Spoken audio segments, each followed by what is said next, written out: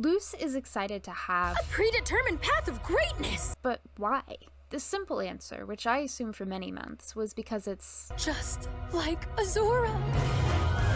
You know, her special interest / hyperfixation, but given that we now know that Manny, Luz's dad, gifted her the Good Witch Azura book just before he died, I'll wager it runs a little deeper. The Good Witch Azura novels teach that predestination, or predetermined paths of greatness, exist.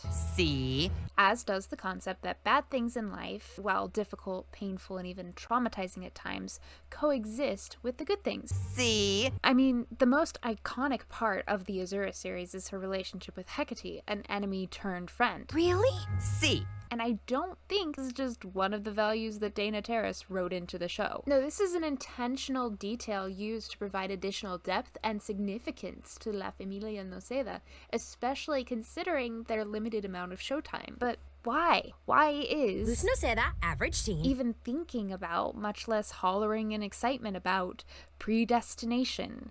I mean, when I was a teen, I was not pondering predestination, even though I grew up with that value as a Christian. I mean, there has to be something inherently valuable about the concept of predestination for Luz to be holding it in such high regard. Not just generally valuable, but specifically valuable to Luz. And the answer lies with Manny.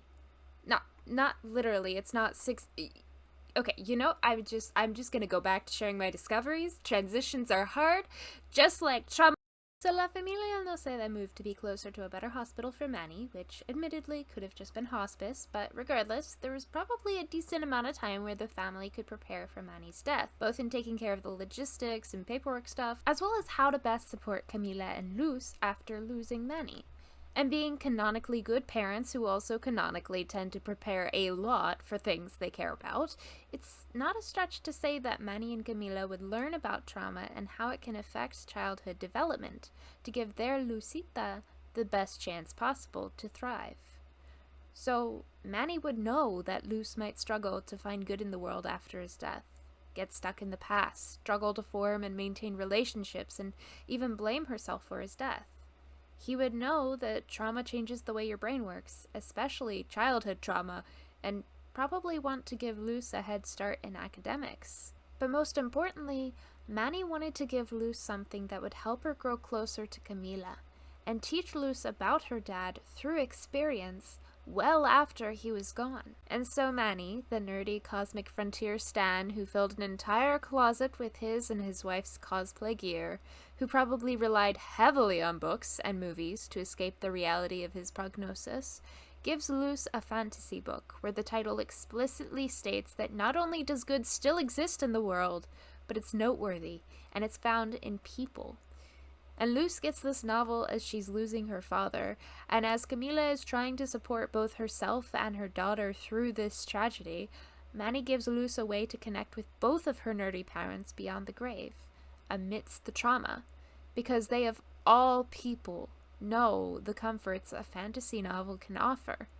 And so Manny's last gift to Luz is a manual to surviving life without him, The Good Witch Azura, Book 1. I mean, I don't think Manny actually thought that Luz was gonna lead a life that weirdly paralleled the events in that children's novel, but I do think that Manny read the synopsis, maybe even read the whole novel, and went, wow, there are a lot of valuable lessons in here. I want Luz to learn these things. So that answers the question, why did Luz care so much about having a predetermined path of greatness?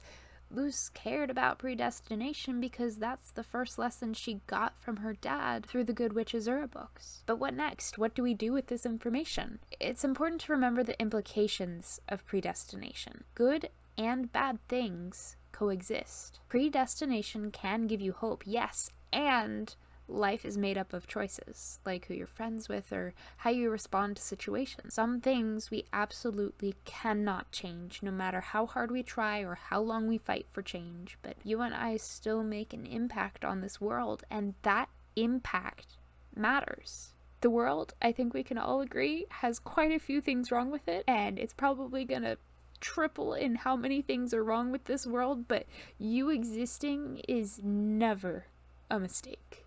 And I don't want to live in a world where you're not a part of this world.